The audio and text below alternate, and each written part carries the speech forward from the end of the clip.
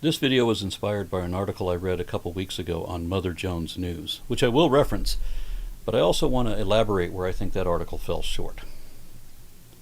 I know a few young people who identify as communist or Marxist, and I know a handful of people who grew up in communist countries, and they're not the same people. The ones I know who lived the communist experience prefer a different system. Maybe not exactly like what we've got, more like some European countries, but certainly not like what China has or Russia had. Now, the people I know who identify as communists argue that true communism, a classless, stateless society, has never been implemented properly, and I can't argue that. Maybe true communism could work in some ideal situation. My point is that, to my admittedly anecdotal and limited experience, the people I know who lived under communism are not the ones promoting that system. Instead, the communists I know advocate for a concept that they've never experienced in practical application. And they're all young. None of them even existed back when the Soviet Union did. And this kind of thing is what I think we are experiencing with so many monarchists in MAGA world. They say they want a king, even though they simultaneously claim to be American patriots, because they don't understand what a conflict that is, being against the Constitution and everything this nation was supposed to be. They all claim to be devoutly religious, so they're down with authoritarianism from that standpoint, which is already entirely un-American. And we know that every single time any religion gets a hold of the reins of power, when any faith gets to make the laws, the result is always a violation of human rights. And these people are down with that, too. It's just as long as they're the ones in power, because they're all about vengeance and righteous indignation and severe punishments to enforce conformity to their God and to their way. For whatever reason, in a more egalitarian setting where everyone has equal treatment and protections under the law and they're all free to express their varied opinions, then somehow the MAGA faction are angry about it. Because they don't want equality, they want superiority. They want to dominate and subjugate and will not tolerate those people. Deviants, subversives, infidels, people who don't think or believe what we want them to. I remember when a devout believer in my own family told me that people of faith are being oppressed by not being allowed to oppress everyone else, because they can't impose their prejudice, prohibitions, and penalties onto everyone else. Legalizing same-sex marriage, in their mind, somehow disrupts the practice of Christian belief, even though they aren't being forced to marry anyone they don't want to. Sound homophobic? Sure, but they will never see it that way, or own up to it. Several MAGA people have publicly announced on television that they want Donald Trump as a dictator, because, one, they believe what they want to about what Trump is or what he's doing. Some of them are beginning to figure it out. Others never will, no matter how bad it gets, because they've been taught that being reasonable and admitting obvious truth is a form of weakness.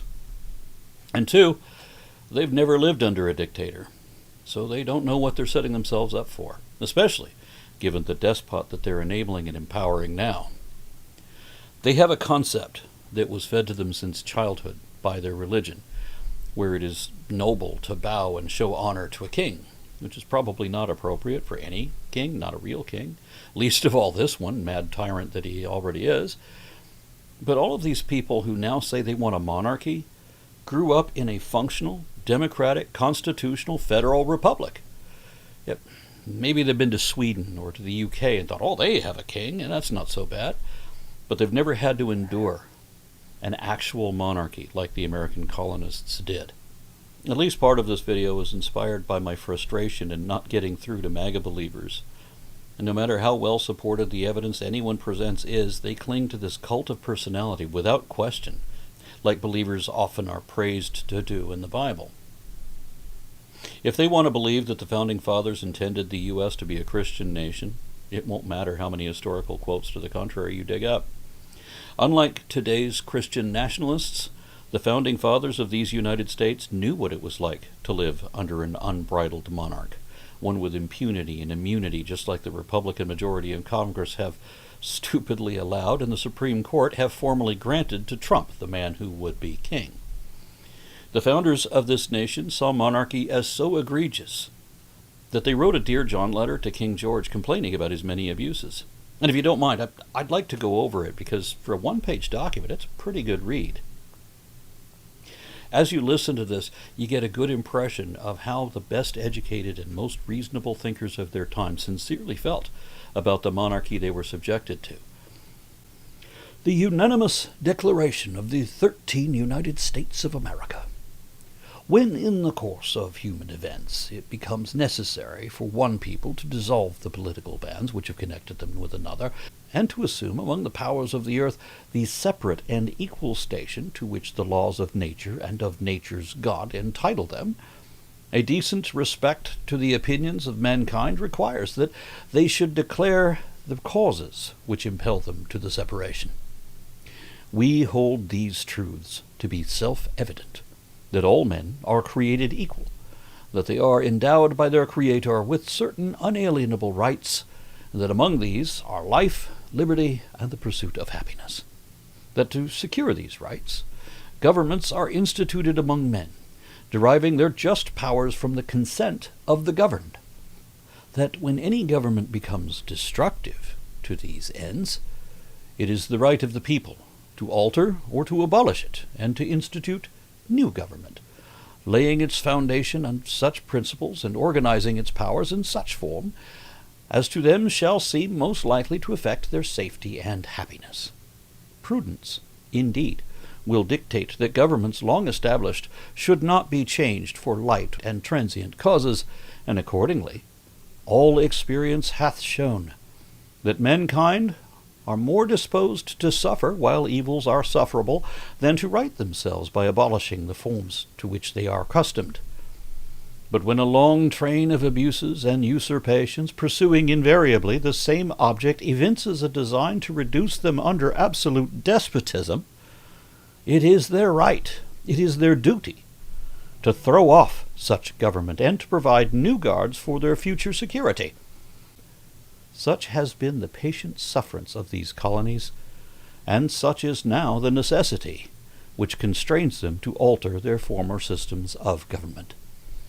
The history of the present King of Great Britain is a history of repeated injuries and usurpations, all having in direct object the establishment of an absolute tyranny over these states. To prove this, let facts be submitted to a candid world. It's at this point that the founders began to list their facts and evidence to prove that their king was a tyrant. Nearly all of their complaints against their king back then could also be applied to Donald Trump right now. So let's read through some of them and see if they are sufficient to show that Trump is a tyrannical despot too. He has refused his assent to laws, the most wholesome and necessary for the public good. I'm not sure what King George did there, but I know that Trump had already broken multiple criminal statutes in his first term, for which the Republican majority in Congress simply refused to prosecute him.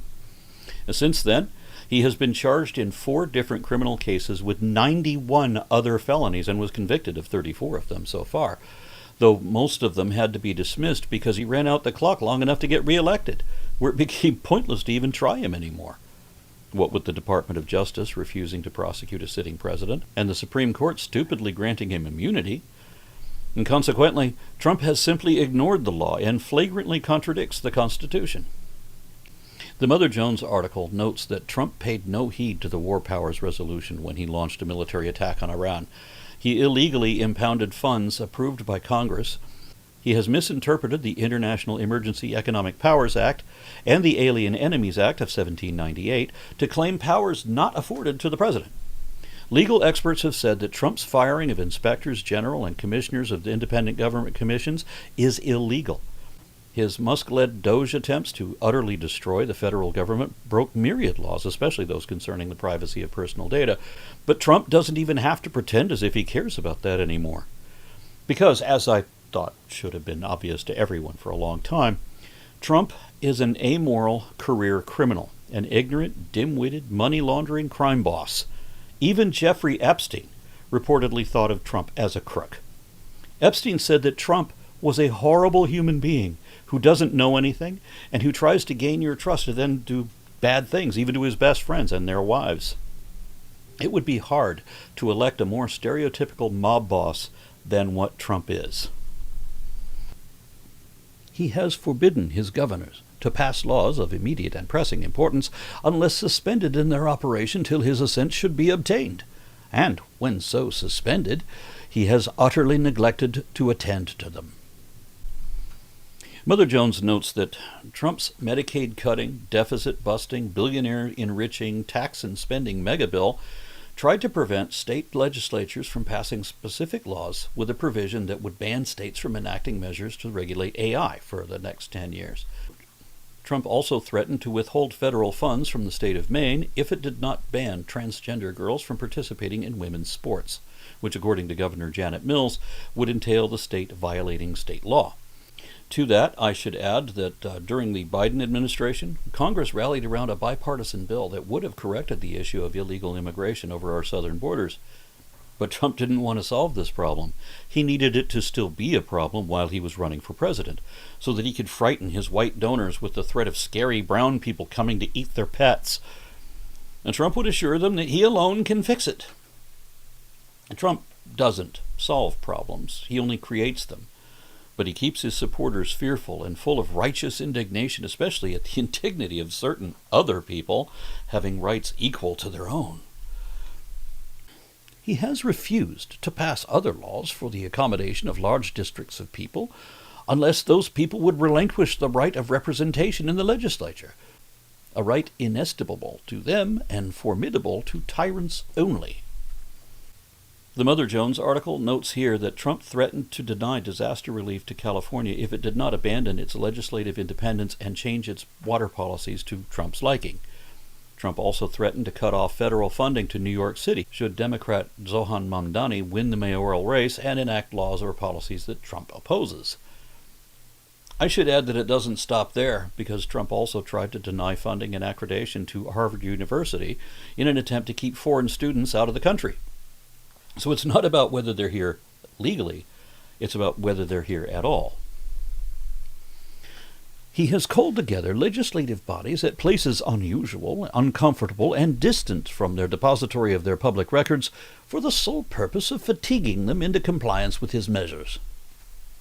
Here, Mother Jones says that the so-called Department of Government Efficiency has moved to relocate federal agencies and repurpose their office buildings, including the U.S. Institute of Peace and the National Science Foundation, to make life uncomfortable for employees and officials. He has dissolved representative houses repeatedly for opposing with manly firmness his invasions of the rights of the people. Opposing with manly firmness an invasion. I would agree that the only time that we should allow an invasion of manly firmness would be in an act of Congress. But seriously, Mother Jones points out that while Trump hasn't yet formally dissolved any local governments, his Secretary of Homeland Security, Kristi Noem, did state that the purpose of sending U.S. Marines and National Guard troops into Los Angeles was to liberate the city from its elected representatives. I should add that he also tried to deny or postpone disaster relief to blue areas just to punish them for not supporting him. He falsely accuses Democrats of all manner of insanity, and what he usually accuses them of are things he's doing himself. Also, he repeatedly threatens to primary any Republican politician who doesn't fall in line with whatever he demands. And Trump has also long been an enemy of every single provision of the First Amendment. He defunded National Public Radio and the Corporation for Public Broadcasting because, 1, he wants everyone to be as ignorant as he is, and 2, he wants control of the media so that the only information sources available parrot his narrative. That's why he struck that deal with Paramount that got Stephen Colbert canceled. That's also why Trump fired the Bureau of Labor Statistics commissioner, because that is an independent report on economic data, which Trump wants to dismiss as fake news. He certainly doesn't want people to know what his economy is really like. He has refused for a long time after such disillusions to cause others to be elected. Mother Jones says that Trump has not yet tried to cancel any elections, and that's all they said. But you should know that such is definitely on the agenda and in the works.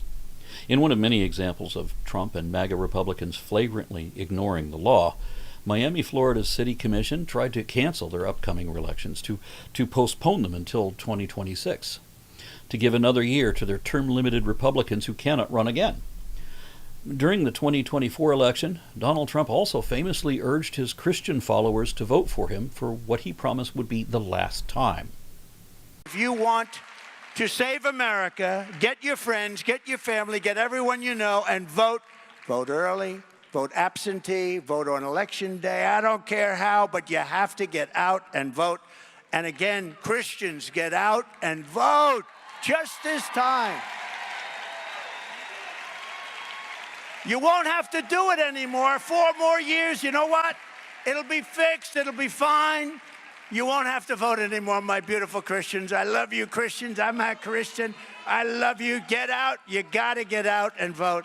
In 4 years, you don't have to vote again. We'll have it fixed so good you're not going to have to vote. Trump does not intend to step down after his second term like the 22nd Amendment of the Constitution demands. Instead, he intends to stay in office for the rest of his life, term after term, if he can live that long, because it's the only way that he can stay out of prison.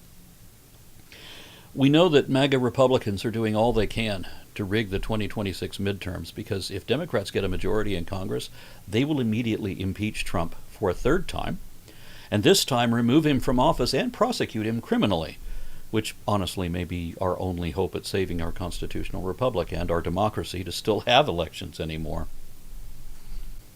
He has endeavored to prevent the population of these states, for that purpose obstructing the laws for naturalization of foreigners, refusing to pass others to encourage their migrations hither, and raising the conditions of new appropriations of lands. Mother Jones says that Trump has revealed a plan to denaturalize certain American citizens. He has imposed a new ban on migration from many nations and undone the immigration status of hundreds of thousands of people legally living in the United States. Basically, he's been attempting to keep people out, especially from nations he calls shithole countries. Those where the average skin tone is not quite so pale as his own. His administration has also taken steps to block foreign students from attending American colleges and universities.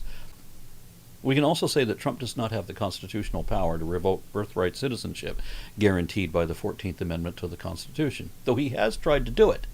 That would require an act of congressional supermajority.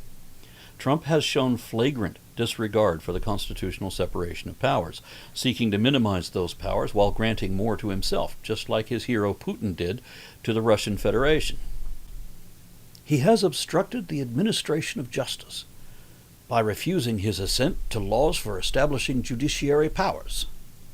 Mother Jones notes that for his final report, Special Counsel Robert Mueller produced a 187-page volume detailing Trump's efforts to obstruct justice during the Russia investigation. More recently, the Trump administration has faced contempt proceedings for not abiding by court orders. And I would add that Trump's Justice Department has since fired several career lawyers who were previously prosecuting him.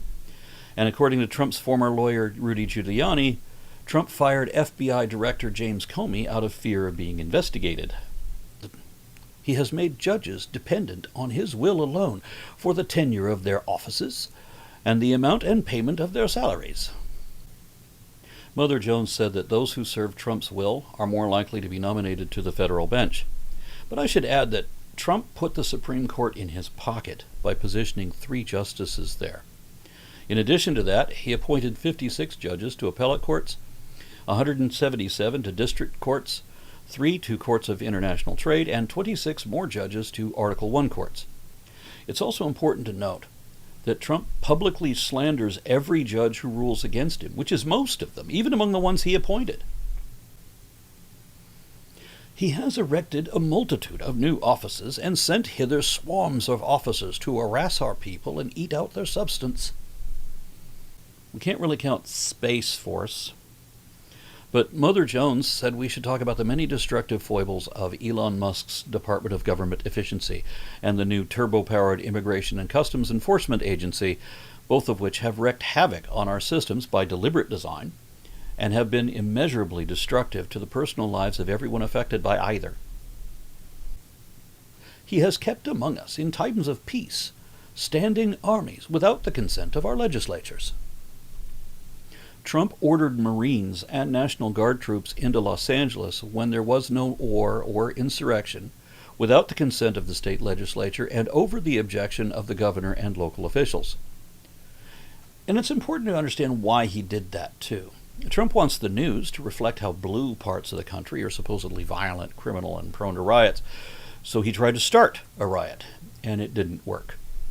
Because it's actually the red areas of the country that are the most trouble.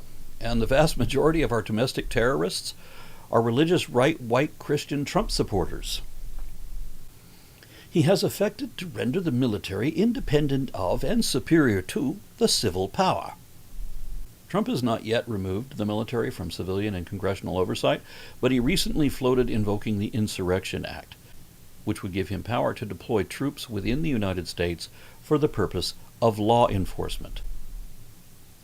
The only people Trump respects and admires are ruthless dictators. So Trump wanted a military parade for his birthday so that he could play at being the sort of dictator that Kim Jong-un is. That parade was supposed to be a show of the awesome power of the United States military force by driving squeaky old tanks that make us look weak. Remember also that Trump's Doge team fired tens of thousands of career government employees so that Trump could replace them all with loyalists, just like Putin did in Russia, like dictators always do. But Trump and Musk did that on the excuse that they were cutting wasteful spending. However, this parade cost an estimated $30 million and was a counterproductive waste of time as well as money. He has combined with others to subject us to a jurisdiction foreign to our Constitution and unacknowledged by our laws, giving his assent to their acts of pretended legislation. The Mother Jones article says that Trump has expressed his belief that his authority supersedes the Constitution and federal laws. Trump also deported people to a gulag in El Salvador and then claimed they were under the jurisdiction of El Salvador and that the United States had no ability to effectuate their return. But I should note that Trump and his underlings have since admitted that the president can do whatever he wants. It's just that Trump prefers to lie about that because he doesn't want to do the right thing. He wants to pretend as if his hands are tied so that he can continue to hurt the innocent. For quartering large bodies of armed troops among us. The Mother Jones article said, don't give him any ideas. But this is one I don't think we need to worry about. It used to be, way back in the 18th century, that roaming military companies would commandeer private homes out of necessity, there being not many other buildings at the time. It was virtually a wilderness everywhere. But now we have plenty of structures that can house most people. For protecting them by a mock trial from punishment for any murders which they should commit on the inhabitants of these states. I thought we would be safe from this one as well, even though Trump did order his police to fire tear gas into a crowd that was protesting police brutality. He did this just so that he could pose at a church that he doesn't go to while holding a Bible he's never read and holding it upside down. He did it for the optics, which again backfired because he doesn't understand anything. But it gets worse. Mother Jones reminds us that the Defense Secretary, Pete Hegseth, recently would not rule out ordering troops to shoot protesters. It was not an idle hypothetical. During the 2020 Black Lives Matter demonstrations, Trump raised the possibility of having soldiers shoot activists in the leg. His aides turned him down. Of course, he did pardon hundreds of violent January 6 rioters, though none of them were convicted of murder, for cutting off our trade with all parts of the world. Trump proposed draconian global tariffs that, in many cases, would bring trade to a halt, claiming trade deficits with countries such as Lesotho were a national emergency. Let's remember also that Trump levied tariffs against practically everyone, even islands that are only inhabited by penguins, with the one significant exception being Russia, the nation who clearly owns Trump. For imposing taxes on us without our consent. Tariffs are taxes. Under the Constitution, Congress has the power to impose tariffs. There was no vote in Congress to approve these tariffs, and the Supreme Court has ruled them to be illegal. But Trump doesn't understand how they work either, because he still thinks, apparently from what he keeps saying, that the tariffs are being paid by the foreign countries that are importing goods.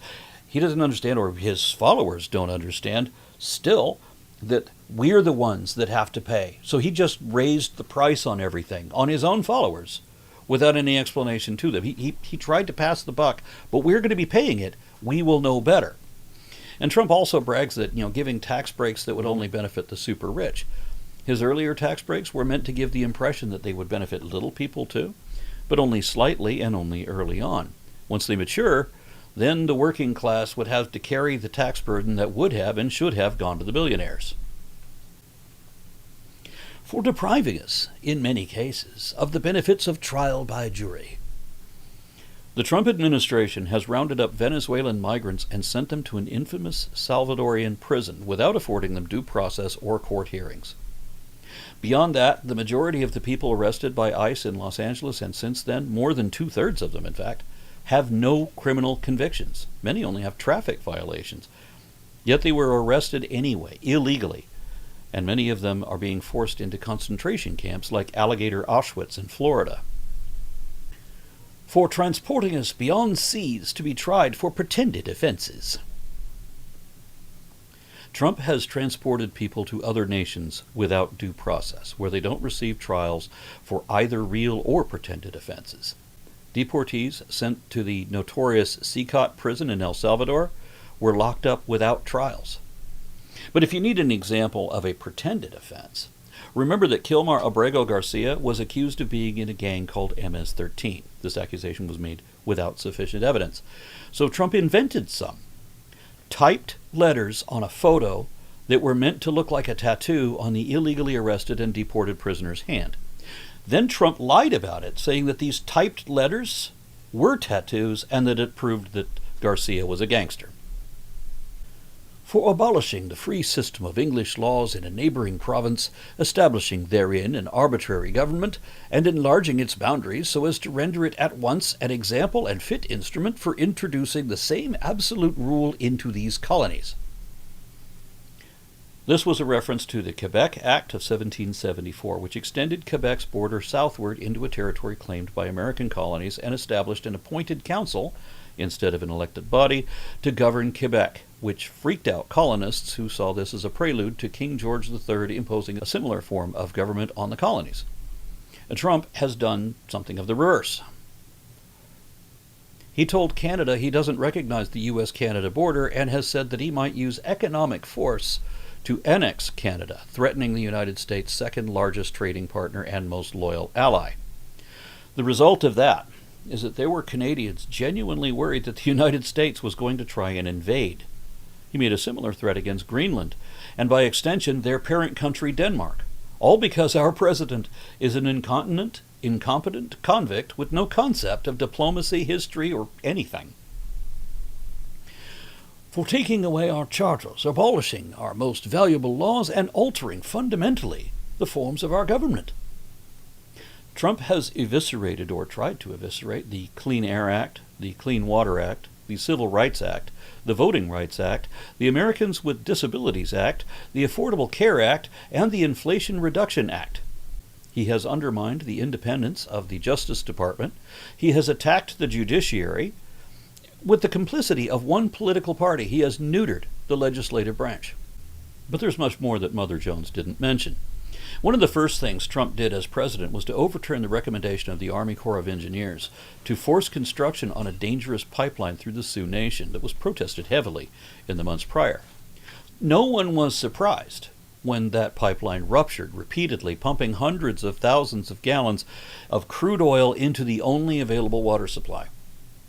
And then there's what Trump did to everyone else.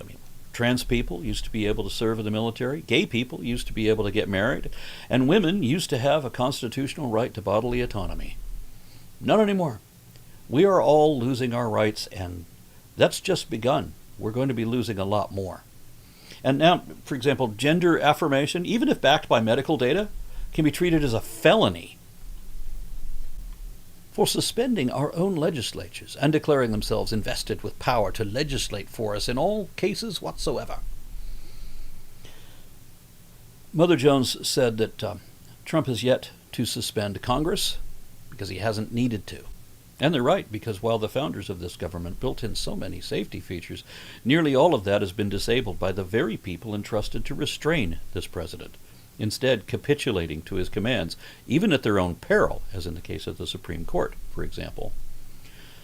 Donald Trump signed an executive order stating that only the President and Attorney General shall provide authoritative interpretations of the law for the executive branch. He cited part of Article 2 that executive power shall be vested in the President of the United States of America. But the rest of Article 2 defines the President's role as to take care that the laws be faithfully executed, not to legislate laws like Congress would, or to interpret laws, which is the power of the judicial branch. The power of the executive branch, as defined in Article 2, is to execute laws passed by the legislative branch and interpreted by the judicial branch, but he has usurped the constitutional powers of both. He has abdicated government here by declaring us out of his protection and waging war against us. Trump has abdicated his responsibility to protect Americans by denying disaster relief to states including Arkansas for tornadoes, North Carolina, a hurricane, West Virginia, flooding, and Washington, a windstorm. And it's not just states either, because you remember when he went to Puerto Rico, when he was eventually forced to go to Puerto Rico because he refused to do anything for so long. I forget how long it was, like months before he would do anything, and then he shows up, just like threw rolls of paper towels at people. What an offense. He has plundered our seas, ravaged our coasts, burnt our towns, and destroyed the lives of our people. It might not be what Thomas Jefferson had in mind, but Trump's reversals on climate change and environmental laws and regulations will lead to rising of the seas, despoliation and erosion of our coasts, and more wildfires. All of this will threaten the lives of our people. And sadly, my experience with right-wing conservatives is that they deny anything that could be their responsibility. They're not going to change what they're doing or inconvenience themselves in any way. If they could harvest all the life in the Gulf or off the coast of Alaska, they'll do it. They would render the planet uninhabitable if it meant a slightly higher profit margin in the next fiscal quarter. He is, at this time, transporting large armies of foreign mercenaries to complete the works of death, desolation, and tyranny already begun, with circumstances of cruelty and perfidy scarcely paralleled in the most barbarous ages, and totally unworthy of the head of a civilized nation. Mother Jones says he's clear on this one so far, but Trump has indicated that he's open to the idea of using private military forces for his mass deportation crusade. He has also quite deliberately chosen the least competent leaders to head certain departments. Some of them have already said that they wanted to have destroyed. He put Rick Perry in charge of the Department of Energy when Rick Perry said he would disband the Department of Energy. He put Betsy DeVos in charge of the Department of Education when she said that she wanted to disband that department. He put RFK in charge of our health? Seriously? He has constrained our fellow citizens, taken captive in high seas, to bear arms against their country, to become the executioners of their friends and brethren, or to fall themselves by their hands. Mother Jones says that Trump is clear on this one, but let's not forget that there are hotlines to anonymously report family members or whole families so that they will be seized by masked thugs and disappeared without respect for any of their rights. He has excited domestic insurrections against us. Need we say more? Yes, he did. People need to quit pretending otherwise. And because of that, he should not have been president again, but he controls the majority in Congress and in the Supreme Court, so they will keep making excuses for him. Trump is everything that the founding fathers of this country warned us about and tried to prevent.